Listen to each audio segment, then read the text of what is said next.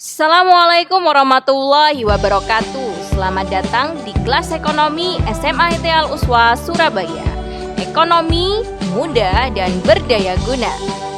Pada video pelajaran kali ini, kita akan melanjutkan pembahasan tentang materi di dalam akuntansi perusahaan jasa, yaitu cara mudah menyusun laporan keuangan. Nah, sebelumnya kita akan kembali terlebih dahulu ya di dalam siklus akuntansi perusahaan jasa. Pada video atau pembahasan sebelumnya kita telah belajar materi sampai ke dalam tahap pengitisaran, yaitu membuat kertas kerja. Nah, setelah tahap pengitisaran kita akan masuk ke dalam tahap selanjutnya, yaitu tahap pelaporan, di mana di dalam tahap ini kita akan menyusun laporan keuangan. Nah, apakah itu laporan keuangan? Laporan keuangan adalah laporan yang dapat menunjukkan kondisi finansial dari suatu entitas atau suatu unit bisnis pada suatu periode tertentu. Nah, melalui laporan keuangan ini kita dapat memantau perkembangan dari bisnisnya. Nah, informasi yang terkait format laporan keuangan itu sendiri tidak hanya digunakan oleh pemilik, tapi juga manajemen dan juga pihak-pihak yang lainnya. Pihak-pihak yang berkepentingan yang sering menggunakan laporan keuangan contohnya adalah investor, kreditor, bahkan masyarakat umum pun dapat mempergunakannya. Menurut standar akuntansi keuangan yang berlaku di Indonesia, laporan keuangan yang lengkap terdiri dari 5 jenis laporan, yaitu laporan laba rugi, laporan perubahan modal, neraca, laporan arus kas, dan catatan atas laporan keuangan. Kelima jenis laporan tersebut memiliki fungsi dan peranan tersendiri di dalam agenda pelaporan keuangan pada suatu perusahaan atau bisnis. Biasanya memang setiap perusahaan ini memiliki kebutuhan masing-masing. Nah, sehingga penggunaan laporan-laporan tersebut dapat berbeda-beda. Hal yang perlu dipahami oleh kita adalah apabila sebuah perusahaan ini tidak wajib untuk membuat semua laporan tersebut. Karena penggunaan dari laporan keuangan ini harus didasari oleh kebutuhan perusahaan. Maka penting bagi bagian dari akuntansi atau akuntan perusahaan tersebut untuk mengetahui fungsi dari masing-masing jenis laporan keuangan secara jelas, sehingga tidak perlu untuk mengeluarkan usaha yang percuma atau dapat menghasilkan laporan yang liable. Nah, para akuntan perusahaan ini juga harus menyiapkan susunan laporan yang berkesinambungan satu dengan yang lain, agar proses laporan keuangan menjadi tertata dengan baik. Karakteristik laporan keuangan yang pertama yaitu laporan keuangan harus dapat dipahami.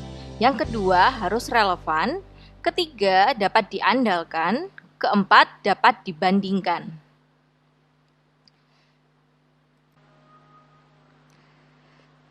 Selanjutnya kita akan mempelajari yang pertama laporan keuangan neraca. Neraca atau balance sheet adalah laporan yang dimana isinya ini adalah menyajikan sumber-sumber ekonomis dari suatu perusahaan ya, atau ada menunjukkan aset, kewajiban-kewajibannya atau utang, dan juga hak para pemilik perusahaan yang tertanam di dalam perusahaan tersebut. Nah, bentuk-bentuk neraca yang pertama ada bentuk skontro. Berikut contohnya. Di sini dapat kita perhatikan ya, terbagi menjadi 2 kolom. Kolom yang kiri adalah kolom aktiva dan kolom yang kanan adalah kolom pasiva. Ya, di mana ini mengikuti dasar persamaan akuntansi ya, aktiva sama dengan pasiva. Nah, kemudian ada bentuk vertikal. Di mana bentuk vertikal ini ya beda dengan bentuk skontro tadi yang dibagi menjadi 2 kolom. Kalau bentuk vertikal ini dijadikan 1 kolom ya, ada aktiva di atas ya, kemudian pasiva yang di bawahnya. Yang kedua yaitu laporan laba rugi, yaitu laporan yang menggambarkan kinerja perusahaan dalam memperoleh pendapatan dan beban-beban yang digunakan oleh suatu perusahaan pada periode tertentu. Nah, contoh bentuk laporan laba rugi Yang pertama ada single step, di mana di sini ada informasi pendapatan dan beban-beban, kemudian dijadikan satu ya, jenis pendapatan maupun beban-bebannya. Kemudian yang kedua ada multiple step ya, di mana di dalam laporan laba rugi multiple step ini ya ada pemisahan ya jenis pendapatannya. Ya, ada pendapatan utama yaitu pendapatan usaha ataupun pendapatan di luar usaha. Yang ketiga yaitu laporan perubahan modal atau yang disebut juga dengan laporan perubahan ekuitas. Nah, berikut contohnya. Di sini kita dapat mengetahui ya adanya perubahan modal awal dan modal akhir dari pemilik perusahaan.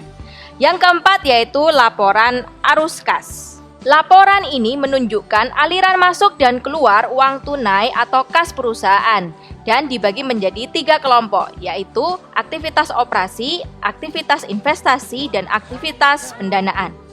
Nah, metode yang digunakan di dalam laporan arus kas ini ada yang pertama yaitu laporan arus kas dengan metode tidak langsung ya, berikut contohnya. Dua yaitu metode langsung, di mana di dalam metode ini mengidentifikasikan penambahan atau pengurangan kas dari aktivitas perusahaan seperti kegiatan operasional, investasi, dan pendanaan. Dan data yang dianalisis ya berupa ringkasan. Yang kelima yaitu catatan atas laporan keuangan, di mana di dalamnya menyajikan informasi dasar penyusunan laporan keuangan dan kebijakan akuntansi dasar pengukuran, kebijakan yang relevan dan asumsi dalam estimasi. Kemudian memberikan informasi yang tidak disajikan di bagian manapun di dalam laporan keuangan, tetapi informasi tersebut masih relevan. Nah, selanjutnya kita akan mencoba mempraktikkan untuk membuat laporan keuangan ya. Di mana di sini kita hanya membuat 3 laporan keuangan sederhana ya. Yang pertama adalah laporan laba rugi, dan yang kedua laporan perubahan modal, dan yang ketiga laporan raja. Untuk laporan arus kas tidak kita bahas. Baik, di materi sebelumnya kita sudah belajar tentang bagaimana membuat kertas kerja. Nah, dari data yang ada ya di dalam kertas kerja ini kita akan membuat laporannya. Nah, di sini yang pertama kita akan membuat laporan laba ruginya ya.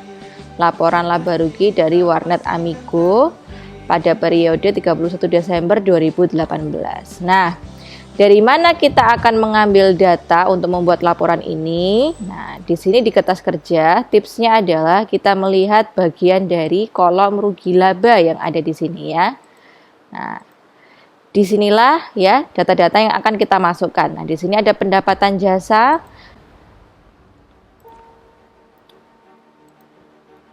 Kita masukkan ya, bisa kita copy paste.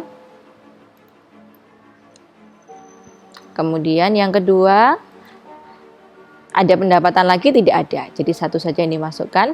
Kemudian di dalam laba rugi selain yang ditampilkan adalah pendapatan ya, tapi juga ada beban-beban juga.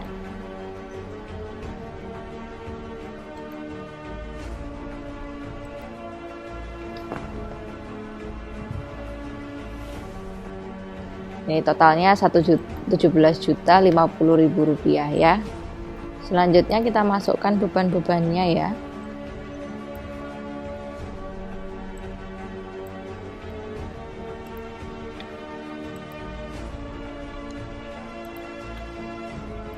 Jangan lupa beban yang ada di sini juga kita perlu memasukkannya. Semuanya harus kita masukkan.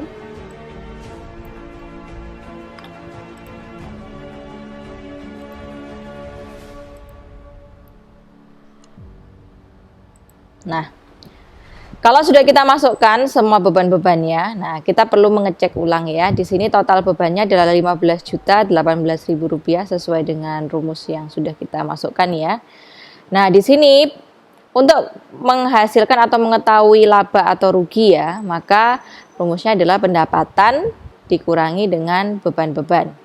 Laporan laba rugi yang kita buat ini termasuk dari jenis laporan laba rugi single step ya, dijadikan satu seperti ini, tidak ada pembedaan ya antara pendapatan utama sama pendapatan tambahan, karena memang di dalam datanya hanya ada satu jenis pendapatan ya, pendapatan jasa. Nah, di sini muncul angka 2.032.000 sebagai hasil dari pengurangan pendapatan dikurangi beban-beban. Coba kita cek di kertas kerja apakah sama angkanya. Nah, di sini ya, sama ya. Rp2.032.000 di mana angka ini sama dengan yang ada di laporan laba rugi. Sehingga data yang kita masukkan insya Allah sudah benar. Nah, ini adalah laporan laba rugi. Kalau kita menganalisis laporannya atau membaca laporan ini, artinya perusahaan atau Warnet Amigo ini mendapatkan keuntungan sebesar 2.032.000 ya. Di mana pendapatan jasanya ya mendapatkan 17.050.000 dan total bebannya adalah 15.018.000 rupiah. Kalau menjadi evaluasi ya, laporan laba rugi ini juga bisa menjadi evaluasi kinerja perusahaan ya. Misalnya tahun depan itu ingin meningkatkan labanya, maka bisa jadi Warnet Amigo ini harus meningkatkan total pendapatannya dan mengurangi total bebannya atau membuat sebuah efisiensi ya. Begitu. Baik. Nah, selanjutnya kita akan membuat laporan perubahan modal Warnet Amigo untuk periode 31 Desember 2018.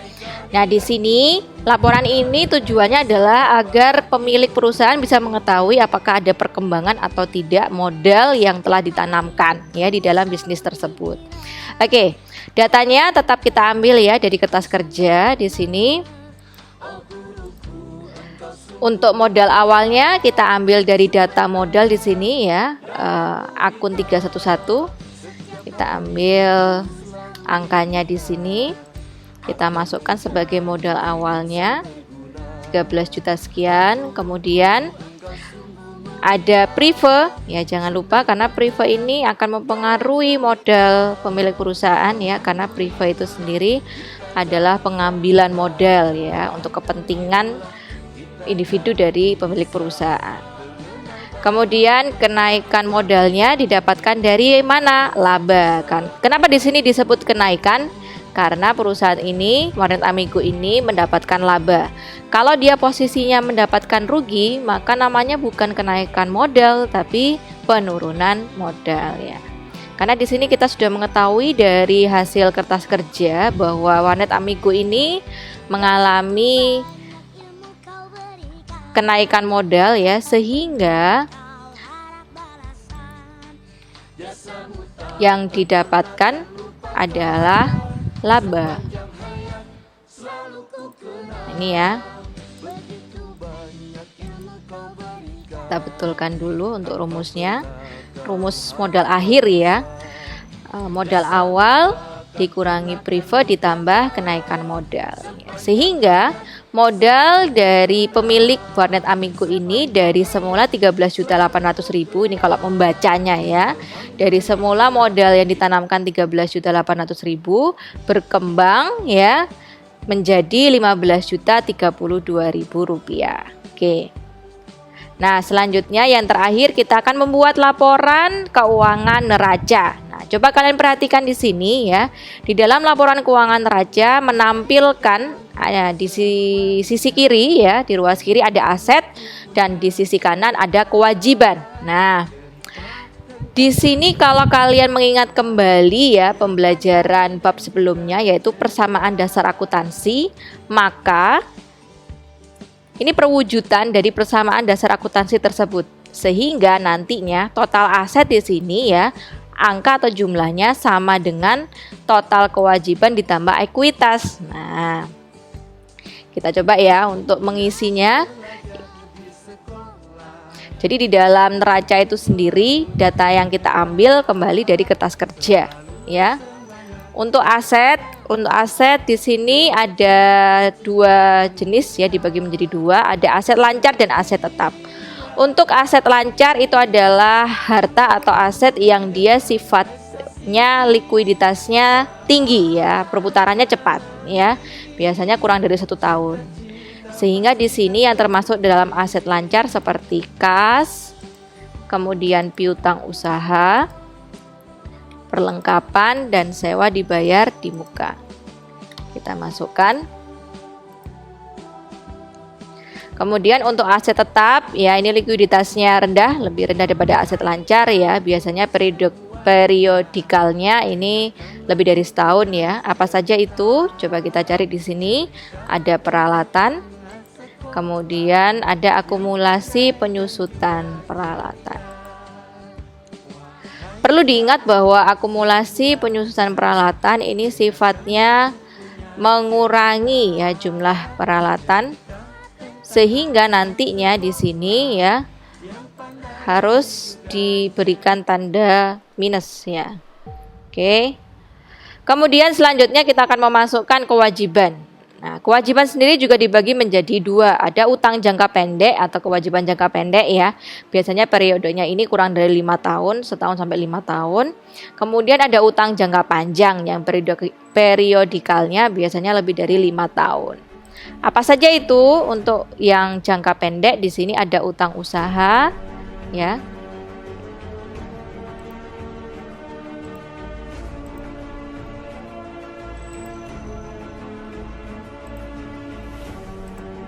Di sini ada utang usaha. Kemudian ada utang gaji, karena utang gaji ini harus juga segera dibayar ya. Kalau nggak dibayar nanti karyawannya protes. Kemudian yang periode jangka panjangnya utang bank. Karena memang rata-rata utang bank ini periodenya antara 5 tahun ke atas ya. Walaupun memang ada juga yang utang bank ini periodenya di bawah 5 tahun, tapi mayoritas ya periodenya panjang. Oke. Kemudian kita isi ekuitasnya, modal awalnya kita bisa mengambil data dari laporan perubahan modal ya. Modal awalnya kita masukkan, kemudian break-even-nya dan kenaikan modalnya kita masukkan.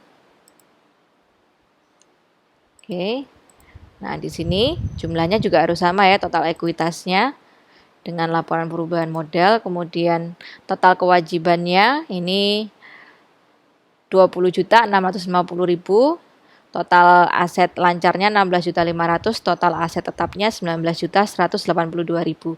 Nah, kalau dijumlahkan untuk asetnya, total asetnya 35.682.000.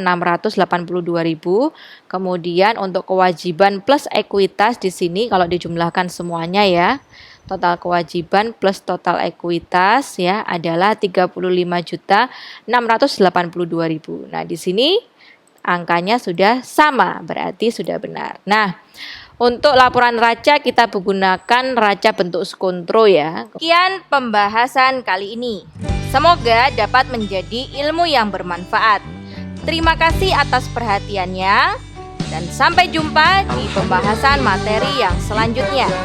Wassalamualaikum warahmatullahi wabarakatuh. Kita jadi bisa mengenal banyak beraneka bidang ilmu karena jasa Bapa dan Ibu.